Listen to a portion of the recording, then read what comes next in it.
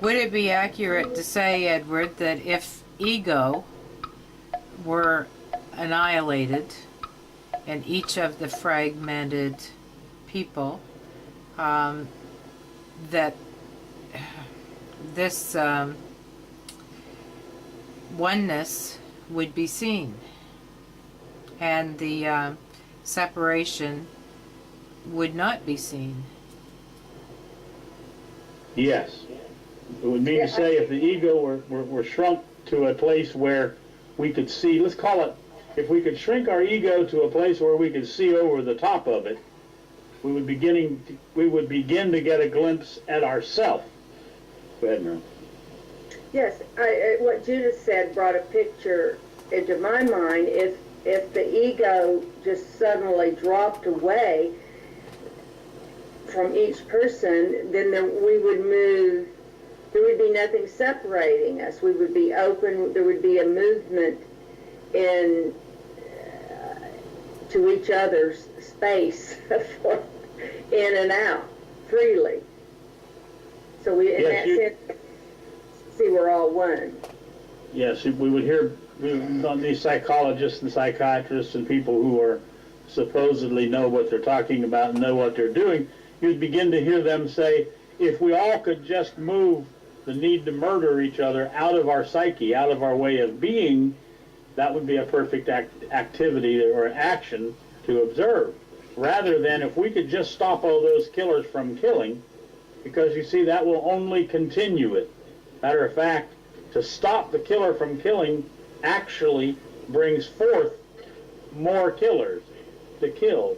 There's a certain part of it that people aspire to it just because of the recognition, if you will.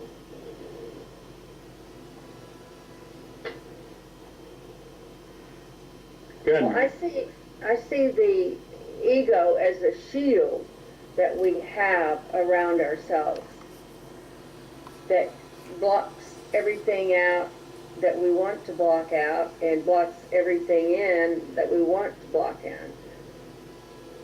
Yeah, and the greater the ego, the greater the excuse.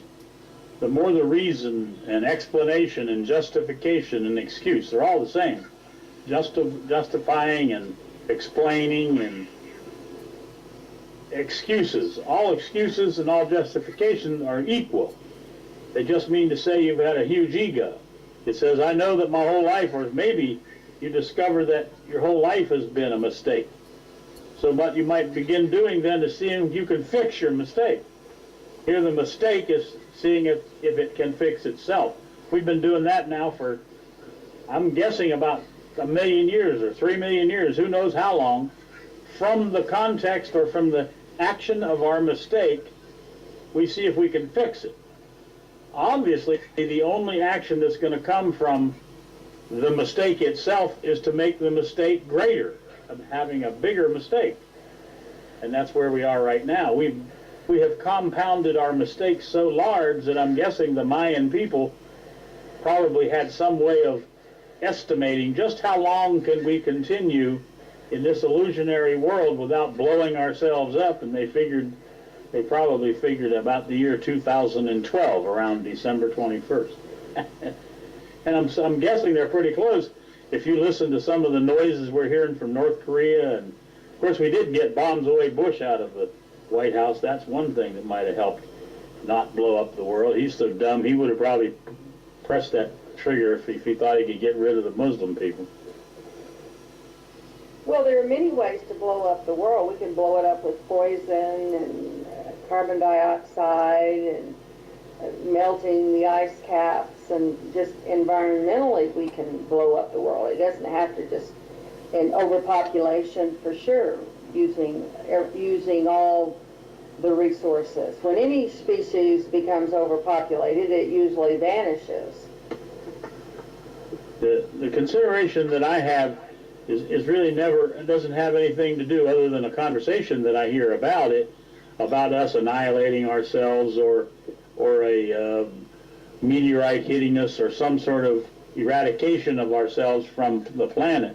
What I see is the coming of a new consciousness, so that the end of the world as we know it, the ending of this consciousness called violence, called God, called popes and Christians and priests, and the ridiculousness of religion is going to come to an end. The ignorance is going to end and intelligence will be born. And that will mean the ending of our world as we know it. It'll mean that we'll no longer kill to live.